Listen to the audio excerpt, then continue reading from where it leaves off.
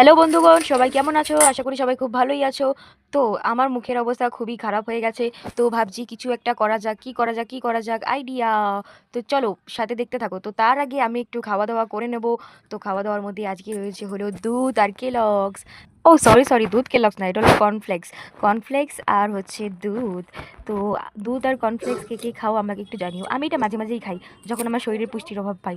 তো এইবার আমি একটু বেরিয়ে পড়েছি। উফ, রোদের তাপ দিন দিন বেড়েই চলেছে। আর আমার মুখেও ট্যান পড়ে যাচ্ছে। তো আমি ভাবলাম একটু কাঁচা দুধ আর একটু কফি দিয়ে একটু পাকামো করি, দেখি ট্যানটা যদি তোলা যায়। তো এটা আমি ইউটিউবের ভিডিও দেখেই এই পাকামোগুলো করি। তো যদিও বা সেরকম কিছু লাভ পাইনি, তাও তোমরাই দেখে নাও যে কীরকম কী হতে পারে। তো আমি একটু এটাকে একটু মিক্স করে নিলাম, মিক্স করে মুখের মধ্যে মেখে নিয়েছি। আমার মনে হচ্ছে কিছু একটা পরিমাণ বাদ ছিল, মানে কিছু একটা পরিমাণ হয়নি, যার জন্য ব্যাপারটা এরকম পাতলা হয়ে গেছে।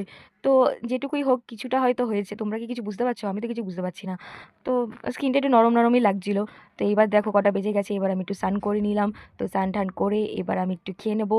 আর আজকে লাঞ্চে ছিল হচ্ছে ডিম কষা। ডিম কষা খাওয়ার পর আমি একটু আম মাখা করেছিলাম। তো আমি অল্প একটুই করেছিলাম, মানে জাস্ট আমার মতো খাওয়ার জন্য। তো আম কষাটা খুব ভালো হয়েছিল। তারপর দেখি আমার মা আমার জন্য একটা আইসক্রিম নিয়ে এসছে। তো এই চকোবার আইসক্রিম কে খাও, কার কার ফেভারিট জানিও। তো আমি বিকালবেলা একটু রেডি হয়ে বেরিয়ে পড়েছিলাম। তখনও জানতাম না যে আমার কাছে এরকম একটা খবর আসবে। তো আমি একটু চিকেন পকোড়া খেয়ে নিয়েছিলাম। চিকেন পকোড়া দেখো কত বড়।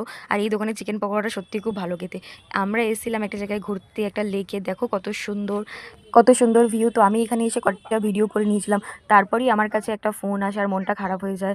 আমার বোনু কয়েন খেয়ে ফেলেছে। তো আমাকেই ছোটো বোনুটাকে দেখে রাখতে হচ্ছে, মুডটা খুব খারাপ হয়ে গেল।